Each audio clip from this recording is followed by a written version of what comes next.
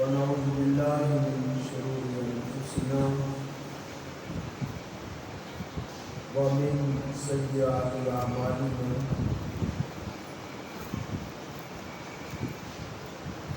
ومن يهده الله فلا مضل له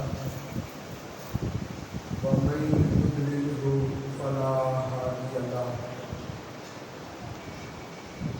أشهد أن لا إله إلا الله وحده لا شريك له وأشهد أن محمدا عبده ورسوله اللهم صل على محمد وعلى آله وأصحابه وسلم. أعوذ بالله السميع العليم من الشيطان الرجيم. بسم الله الرحمن الرحيم. أولئك الذين امتحن الله قلوبهم بالتقوى لهم مغفرة وأجر عظيم.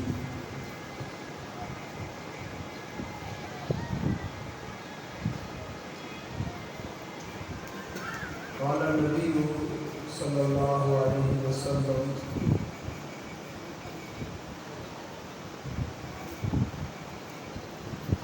إن الله نظر في قلوب العباد وجد قلب محمد خير القلوب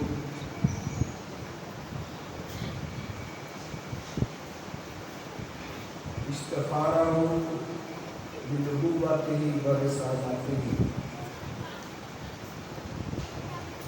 ثم نظر في قلوب العباد وجد قلوب أصحاب محمد صلى الله عليه وسلم خير قلوب العباد واختارهم لصحبته ووزارته ونصرة دينه وكما قال النبي صلى الله عليه وسلم.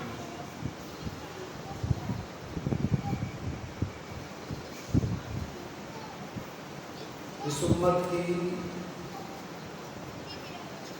افضل ترین جماعت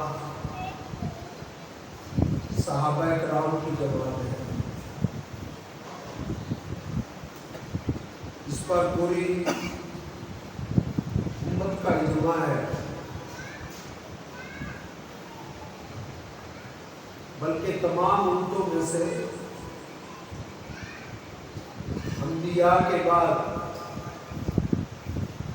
سب سے افضل ترین مخلوق محمد رسول اللہ صلی اللہ علیہ وسلم کے صحابہ ہیں. ان سے افضل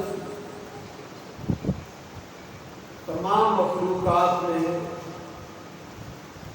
کوئی بھی نہیں آیا. عبداللہ بن مسعود رضی اللہ تعالیٰ عنہ سے یہ حدیث مشہور ہے کہ اللہ رب العزت نے جب محمد رسول اللہ صلی اللہ علیہ وسلم کا انتخاب کیا تھا تو پوری انسانیت کے دلوں کو جھانکا تھا اور بندوں کے دلوں کو جھانک کر سب سے افضل دل محمد رسول اللہ صلی اللہ علیہ وسلم کا پایا تھا اور آپ صلی اللہ علیہ وسلم کو اپنی رسالت اور نبوت کے لیے پھر اللہ نے چن لیا. اس کے بعد آپ کی نصرت کے لیے، آپ کی رفاقت کے لیے، آپ کی حمایت کے لیے اللہ رب العزت نے ساتھی چننے تھے جن کو آپ صلی اللہ علیہ وسلم کا وزیر بنانا تھا اور آپ کے دین کی نصرت کے لیے ان کو چننا تھا،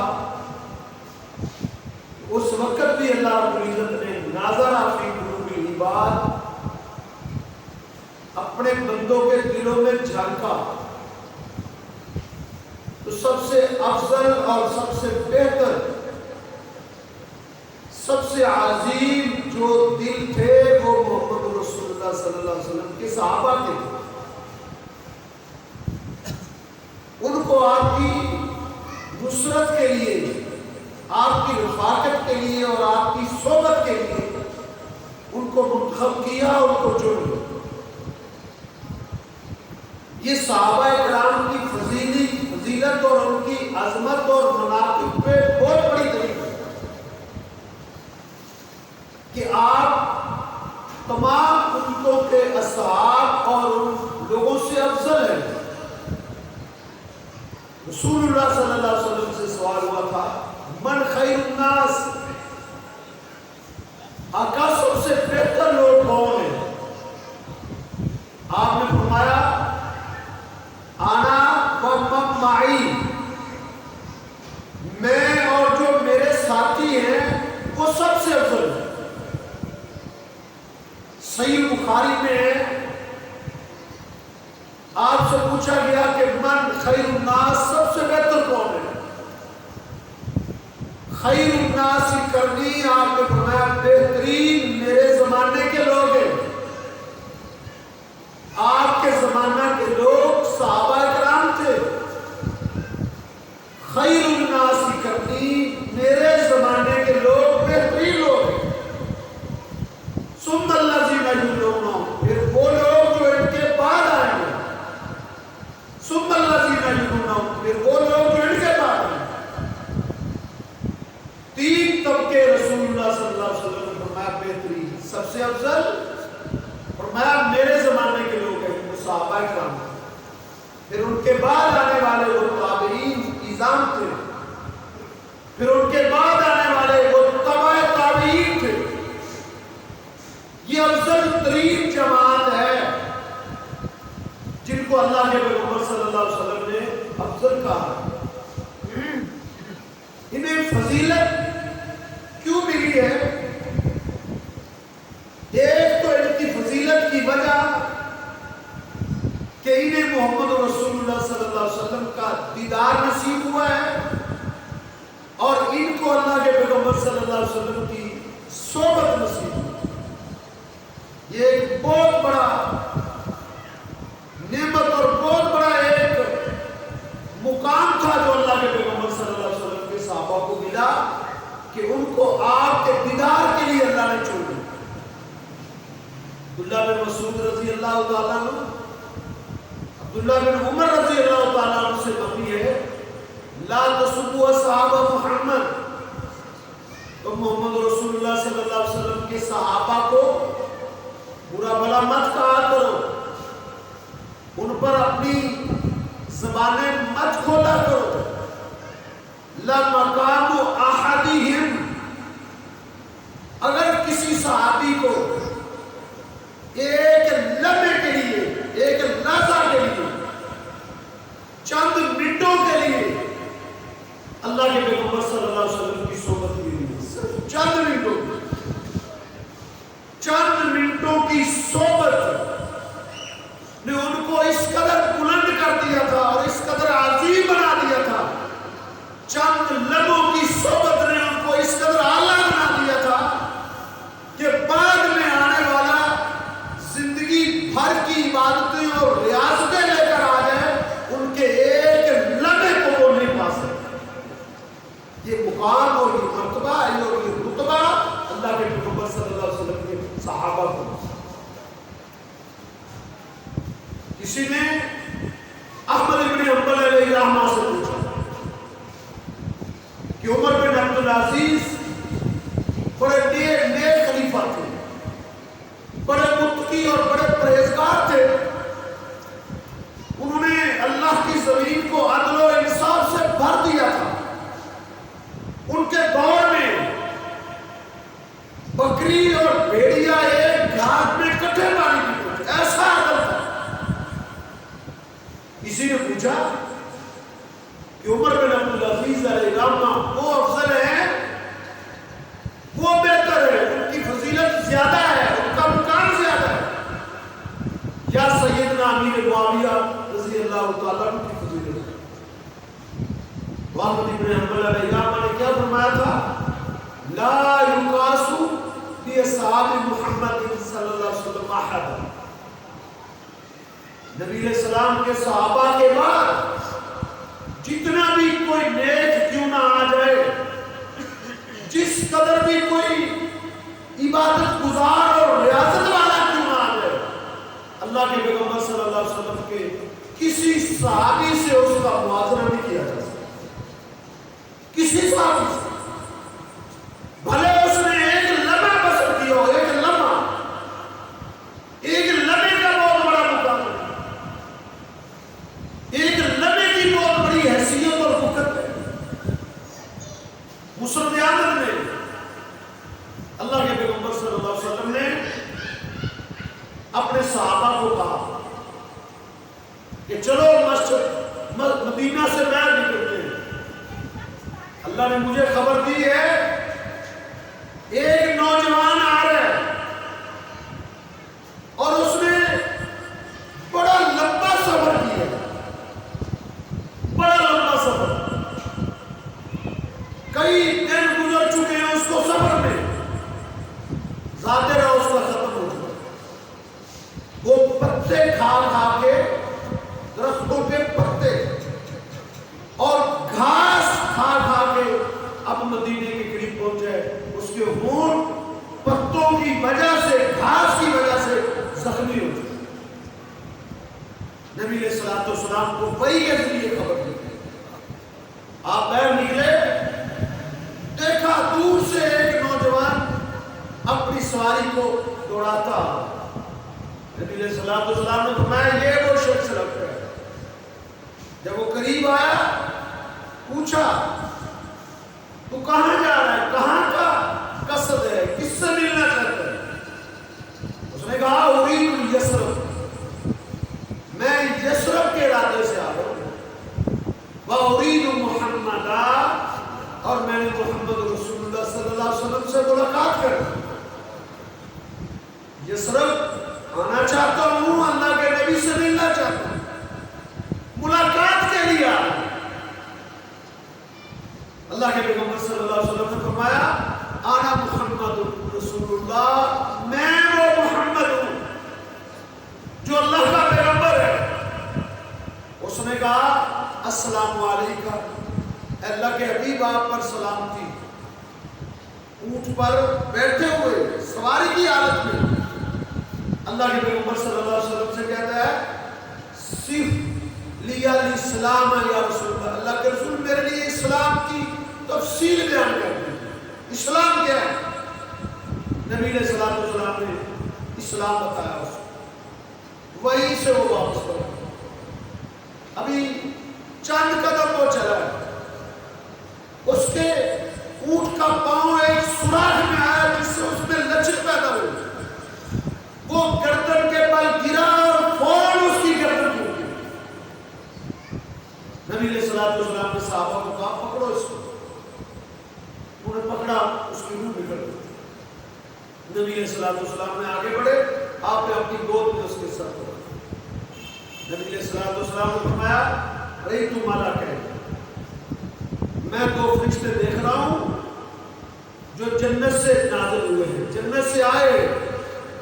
یدسان فی فیہ من اسماء الجنہ، وہ اس کے منہ میں جنت کا پھل داخل تھا، جنت کا، کیونکہ یہ بھوکا تھا، یہ درختوں کے پتے کھا کھا کے یہاں تک پہنچا، اور وہ اس کے منہ میں جنت کا پھل داخل تھا. نبی علیہ الصلوۃ والسلام نے فرمایا غسلوہ، اس کو غسل دو، وکفنوہ، اس کے کفن کا بندوبست کرو. صحابہ نے اس کو غسل دیا اور کفن پہنایا.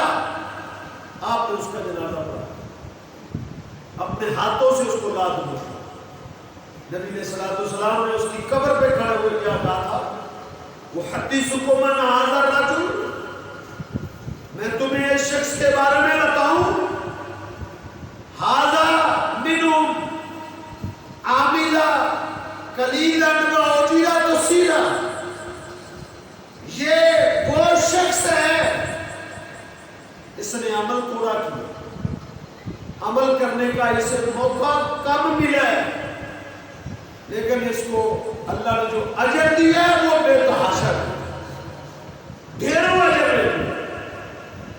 میں نے بڑا غور کیا ہے کہ اللہ کے پیغمبر صلی اللہ علیہ وسلم نے اسے جو یہ کہا ہے کہ اس نے عمل کو تھوڑا کیا ہے، عاملہ قلیلا و اجیرا کثیرا، اجر اس کو اللہ نے بے شمار عطا کر دیا، انعامات سے نواز دیا، اس کو ڈھیروں انعامات دے دیے، لیکن عمل اس کو کیا عمل تھا؟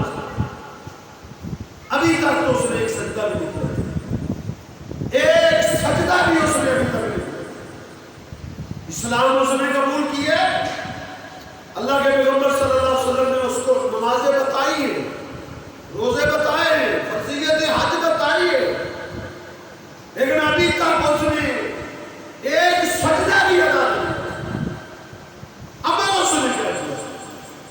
اس کا عمل اللہ کے پیغمبر صلی اللہ علیہ وسلم کی رفاقت تھی جو چند منٹوں پر ہوئی تھی، چند منٹوں پر اس نے اللہ کے پیغمبر صلی اللہ علیہ وسلم کا دیدار کیا ہے، اور یہ دیدار ہفتوں، مہینوں اور سالوں پر مشتمل نہیں تھا، اس کا یہ دیدار کرنا چند لمحوں کا دیدار تھا۔ اللہ کے پیغمبر صلی اللہ علیہ وسلم کی رفاقت اس کو نصیب ہوئی تھی، اللہ کے پیغمبر صلی اللہ علیہ وسلم کی صحبت اس کو ملی تھی، وہ چند لمحوں کی صحبت تھی، صرف اور صرف اس کی وہ صحبت، وہ عمل قلیل تھا، وہ عمل قلیل تھا۔ اب فرمایا اس نے عمل تھوڑا کیا، لیکن اس کے جو اجر لے گیا یہ اجر بہت بڑا ہے۔ تو اسی کی طرف اشارہ کیا عبداللہ بن عمر رضی اللہ تعالیٰ اللہ مقام احدہم ساعۃ، اللہ کے پیغمبر صلی اللہ علیہ وسلم کے صحابی کا ایک لمحہ اللہ کے پیغمبر صلی اللہ علیہ وسلم کی رفاقت میں بسر کرنا، ایک لمحہ خیر من عمل احدکم عمرہ، تم میں سے کوئی زندگی بھر کی ریاضتیں اور عبادتیں اکٹھی کر لے، جس میں جہاد فی سبیل اللہ بھی ہو، جس میں حج اور عمرہ بھی ہو، جس میں اشراق اور تہجد بھی ہو، زندگی بھر کی عبادات ایک طرف اور ایک لمحے کا دیدار صحابی کا ایک طرف، وہ افضل احمد بن حنبل علیہ الرحمہ نے فرمایا سیدنا امیر معاویہ اس کے مقابلے میں عمر بن عبدالعزیز کو مت لو۔ عمر بن عبدالعزیز بڑا نیک تھا، بڑا منصف تھا، بڑا عادل تھا، لیکن سیدنا امیر معاویہ کا وہ مقابلہ نہیں کر سکتا۔ کیسے کر سکتے تھے؟ عمر بن عبدالعزیز تو اس شخص کا مقابلہ بھی نہیں کر سکتے جس نے ایک لمحہ دیدار کر کے واپس پلٹا تھا اور ابھی چند قدم کیا تھا تو وہ اس دنیا کو چھوڑ کے چلا گیا تھا، اس کا مقابلہ نہیں کر سکتے، جس کو اللہ کے پیغمبر صلی اللہ علیہ وسلم نے فرمایا تھا عاملہ قلیلا نے صرف تھوڑا ملا، اجر بہت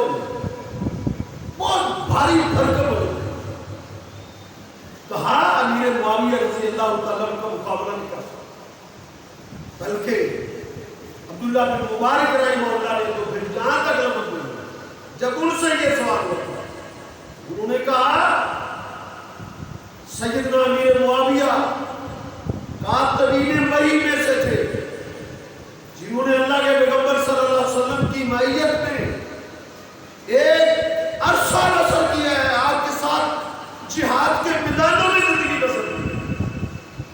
عبداللہ بن مبارک رحمہ اللہ فرمایا کرتے تھے سیدنا امیر معاویہ جب اللہ کے پیغمبر صلی اللہ علیہ وسلم کی رفاقت میں جب جہاد کے راستے میں نکلتے تھے تو جو گرد و غبار اڑتی تھی اور وہ گرد و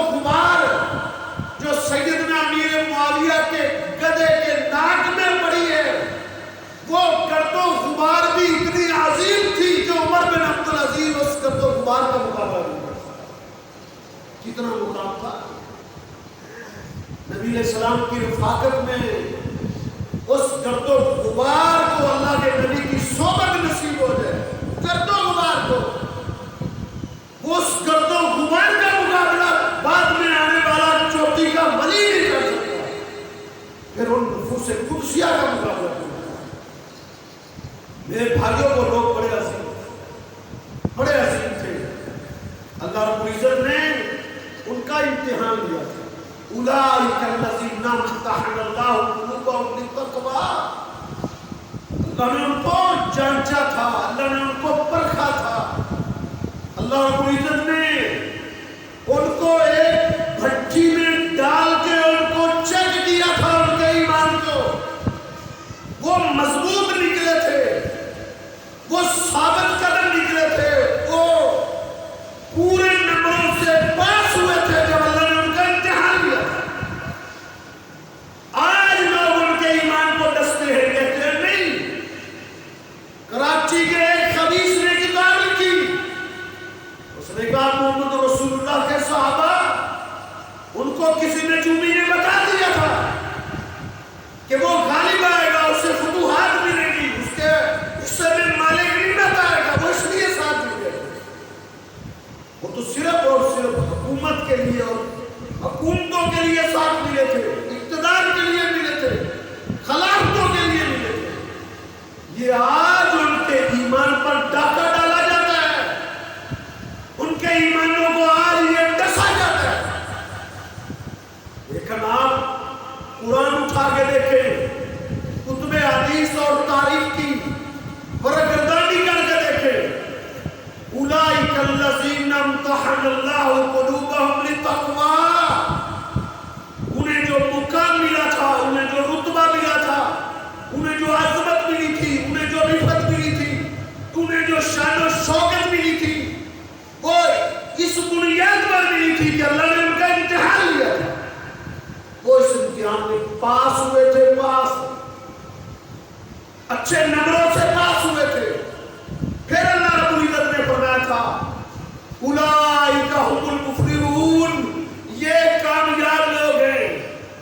اللہ نے ان کا امتحان لیا تھا. پھر اللہ نے فرمایا تھا اولئک هم المؤمنون حقا, یہ سچے پکے مخلص ایمان والے تھے. اولئک الذین امتحن اللہ قلوبهم للتقوی. اللہ نے ان کے دلوں کو چیک کر کے ان کے دلوں کا امتحان لے کے اللہ نے فرمایا تھا اولئک هم الصادقون, یہ سچے ہیں. اللہ نے امتحان لے کر کہا تھا اولئک هم الراشدون, یہ ہدایت یافتہ ہے. اب اس قرآن کو مانیں یا ان کی جھوٹی موٹی تاریخ اور جھوٹے قصے کہانیوں کو مانیں جو انہوں نے گھڑ لی ہے ان پر تبرہ کرنے کے لیے. اور یہاں قرآن ہے, قرآن گواہی دیتا ہے کہ اللہ رب العزت نے ان کے دلوں کا امتحان لیا تھا, انہیں پرکھا تھا, ان کو بھٹیوں میں سے گزارا کیا ہے اور چیک کیا اللہ نے. وہ پورے نمبروں سے پاس ہوئے. اللہ رب العزت نے ان کے بارے میں کیا کہا ہے, فالذین ہاجروا, یہ وہ لوگ تھے جنہوں نے اللہ کے دین کے لیے, اپنے رب کو راضی کرنے کے لیے, فالذین ہاجروا, انہوں نے اپنے وطن چھوڑ دیے تھے, اپنی محبوب ترین بستیاں چھوڑ دی تھی, اپنے علاقے چھوڑ دیے تھے. فالذین ہاجروا واخرجوا من دیارہم, ان کو ان کے گھروں سے نکال دیا گیا تھا, وہ گھروں سے نکل گئے تھے. فاوذوا فی سبیلی, اللہ رب العزت نے کہا ہے, یہ اللہ کہہ رہے ہیں. یہ کون تھے؟ اللہ کے پیغمبر کے صحابہ کون تھے؟ فالذین ہاجروا, جنہوں نے ہجرتیں کی, جنہوں نے اپنے وطن چھوڑے, اپنی محبوب ترین بستیاں چھوڑی. کتنی بڑی قربانی ہے. آج کوئی اپنی بستی, اپنا شہر, اپنا علاقہ چھوڑ کے تو دکھائے, چھوڑ کے تو دکھائے, کتنی بڑی قربانی ہے یہ. سیدہ اسماء سے پوچھو, سیدہ اسماء مکہ سے ہجرت کر کے حبشہ پہنچی, حبشہ سے ہجرت کر کے جب مدینہ المنورہ پہنچی